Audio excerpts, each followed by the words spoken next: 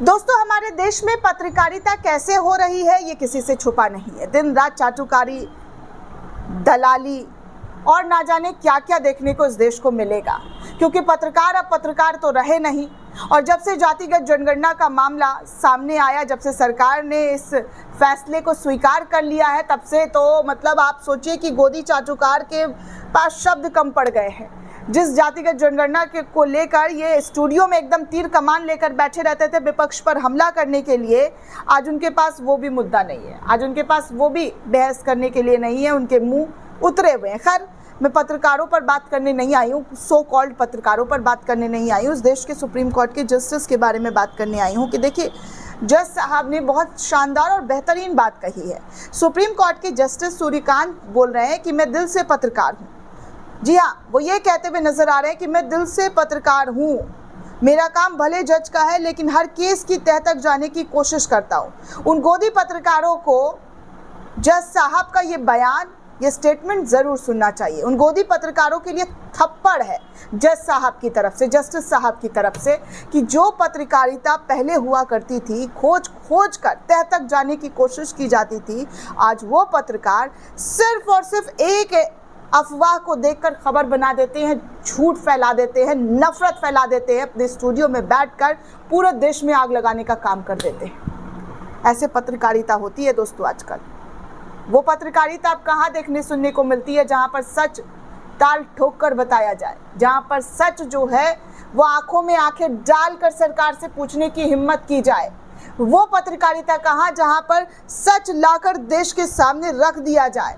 यहाँ तो डील चलती है दोस्तों, डील, लेन देन, 100 करोड़ 50 करोड़ ऐसे चल रहा। पत्रकारिता बची नहीं है, बस नाम के पत्रकार रह गए हैं और अपने जो हेडलाइन टीवी में जो देकर चलाते हैं न्यूज़ चैनल में, भैया दंगल चल रहा है, महादंगल चल रहा है, ताल ठोक रहे हैं, सच पूछ रहे हैं, ये कर रहे हैं, वो कर रहे हैं, सिर्फ नाम बराबर, क्योंकि हकीकत बहुत अलग, बहुत एकदम अलग, सच्चाई से एकदम परे। आपको बता दूं दोस्तों कि सुप्रीम कोर्ट के जस्टिस सूर्यकांत निजी तौर पर पत्रकारिता को काफ़ी पसंद करते हैं। उनका कहना है कि भले वो जज के रूप में काम कर रहे हैं लेकिन दिल से वो पत्रकार हैं, पत्रकार की तरह हर केस की तह तक जाने की कोशिश करते हैं। जस्टिस सूर्यकांत भविष्य में सुप्रीम कोर्ट के 53 चीफ जस्टिस बन सकते हैं। मौजूदा चीफ जस्टिस संजीव खन्ना और उनके बाद होने वाले चीफ जस्टिस BR गवई के साथ पत्रकारों की शिष्टाचार मुलाकात के दौरान जस्टिस सूर्यकांत ने विशेष बातचीत की। जस्टिस सूर्यकांत ने कहा कि मैं भले ही जज हूं मगर दिल से पत्रकार हूं, तथ्य परख कर हर तह तक जाने की प्रयास करता हूं ताकि वो बातें पकड़ पाऊं जो न्याय प्रक्रिया का दुरुपयोग कर छिपा दी गई है। संदेह पर दस्तावेज देखता हूं, ऐसा करके पीड़ितों को न्याय दे सकता हूं। दोनों पक्षों की दलीलों का पत्रकार की तरह विश्लेषण करता हूं, जो कि प्रक्रिया बताई गई है सही है या नहीं इसके बारे में पूरी जांच करता हूं। कई बार ऐसे फैक्ट निकलते हैं जिनकी कल्पना भी नहीं की जा सकती है।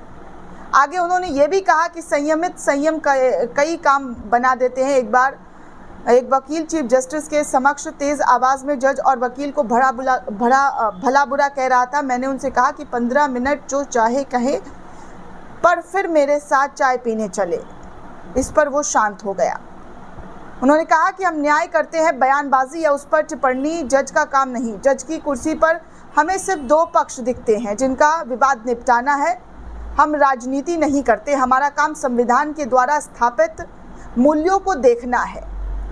अस्पताल की तरह तकलीफ में मरीज अस्पताल जाता है, डॉक्टर रोग मुक्त करता है, अन्याय होने पर लोग कोर्ट आते हैं, जज न्याय करते हैं। तो इस तरीके से जज साहब ने वो तमाम बातें जो है अपने सामने रखी जो इस देश में मौजूदा पत्रकार को करना चाहिए था, वो आज एक जज साहब कहते हुए नजर आ रहे हैं। ऐसे पत्रकारों के लिए शर्म की बात होनी चाहिए दोस्तों, जो पत्रकारिता को कलंकित कर रहे हैं। जज साहब ने भले ये तमाम चीज़ें नहीं कही है, लेकिन उनके मन में जो पत्रकारों के लिए मान सम्मान है, जो पत्रकारों के बारे में सोचते हैं, वैसी पत्रकारिता अब कहाँ देखने सुनने को मिलती है आपको दिखाई देती है दोस्तों कि वैसी पत्रकारिता हो रही है।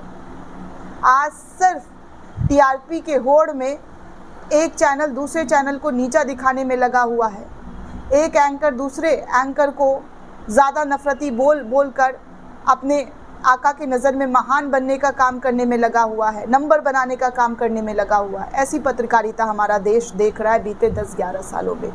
दोस्तों, इस पूरे रिपोर्ट को लेकर आप क्या सोचते हैं, आपकी क्या प्रतिक्रिया है, हमें कमेंट करके ज़रूर बताइएगा। साथ ही साथ चैनल को ज़्यादा से ज़्यादा लाइक, शेयर और सब्सक्राइब करना बिल्कुल भी ना भूलें। धन्यवाद दोस्तों।